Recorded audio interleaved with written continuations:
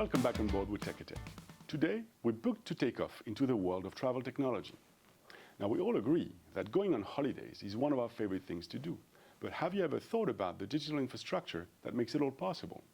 From booking a flight to checking it at the airports, complex systems work quietly in the background to make sure that everything is running and flying. One of the companies powering the experience is Amadeus, and I'm glad to be joined today by Benjamin Ledwon, Head of EU Government Affairs at Amadeus, to talk about how policy, regulation, and innovation are shaping the future of travel.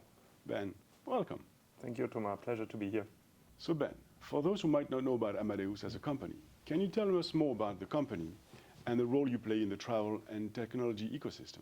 So Amadeus is a European B2B technology company, which actually has a very interesting background story, because the way the company was founded 30 years ago was as a joint venture of Europe's biggest airlines at the time, as a response to a joint industry challenge, the emergence of computerized reservation systems. And what these companies said at the time was that they would not like to be dependent on just one system, they would like to have a choice of systems. So they created their own, which was called Amadeus.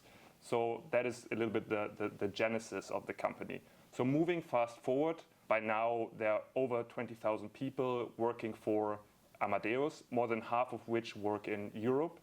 The company is headquartered in Spain, in Madrid, but has the biggest technology site in the south of France. And it also has a huge IT site in Germany.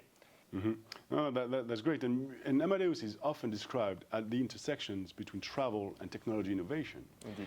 Can you tell us a bit more about what Amadeus does behind the scenes? Sure. So I would basically say it's three main business lines. The first one I already referred to is on the distribution side. So basically connecting transport operators, not only airlines, but also railways, ferries, with travel sellers, so that they can distribute and sell their tickets through a global distribution system, through the travel sellers to clients. And the beauty of this system is the fee is transaction-based. So the better they are doing, the better we are doing. So it's a win-win situation. The second business line is airline and airport IT. You already mentioned in the beginning, take an airport as an example. It's a hugely complex system, increasingly digitalized. So you need companies that develop, maintain, operate these systems. And the third one is an emerging business line. It's on hospitality and payments. So we just registered for the e-money license in Spain, so that is going well. Thank you, Ben. So, you're leading Amadeus's work on European public policy. So, what are the top priorities for the company and your priorities for the moment, in that space? And are there something that are particularly interesting or exciting for you in this regard? I would say there's four important points. First of all, the interlink between the horizontal digital policies with the vertical policies, that they do not contradict each other, that they work hand in hand. Second of all, there's a lot of principles in European law, for example GDPR, that have to be interpreted. They are often not interpreted in the same way. And from our point of view, they have to be interpreted in a way that reflect better the new political objectives of competitiveness, as in to be able to innovate, to grow your business, to commercialize your products in Europe. Third point, to cut red tape, to really see, are these reporting requirements adding any value? Can they be streamlined? And then also the fragmentation. So what we see on the ground, unfortunately, is an increasing fragmentation on the technical levels. But I think what's important is that what has to be done should not harm companies that rely on cutting-edge technology and access to that technology in order to be competitive. So maybe two examples of things that I'm very passionate about. First one is data spaces. So for the ambition to develop AI in Europe, we obviously need data.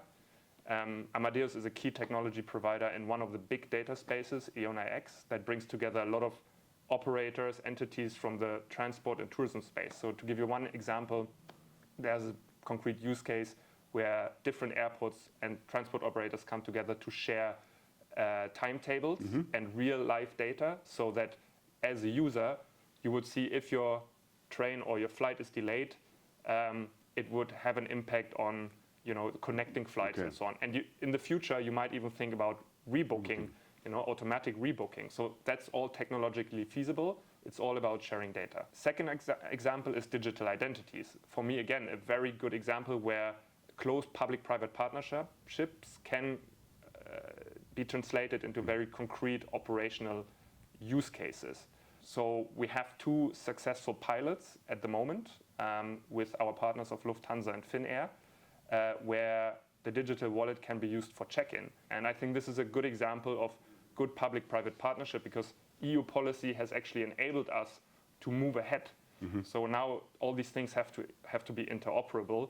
And I think travel is a good case where we can help the policy side and the public side to actually achieve very ambitious targets of, for example, full uptake of digital identities until 2030, because at the end of the day, you cannot mandate the use of this technology. It has to be accepted, by society. People need to find value and a reason to use that. That's fantastic. And Ben, before we close, I would like to ask you if there's a myth or fun fact about Amadeus that you'd like to share with us. I wouldn't call it a fun fact, maybe more an interesting fact that I found interesting when I started working for Amadeus.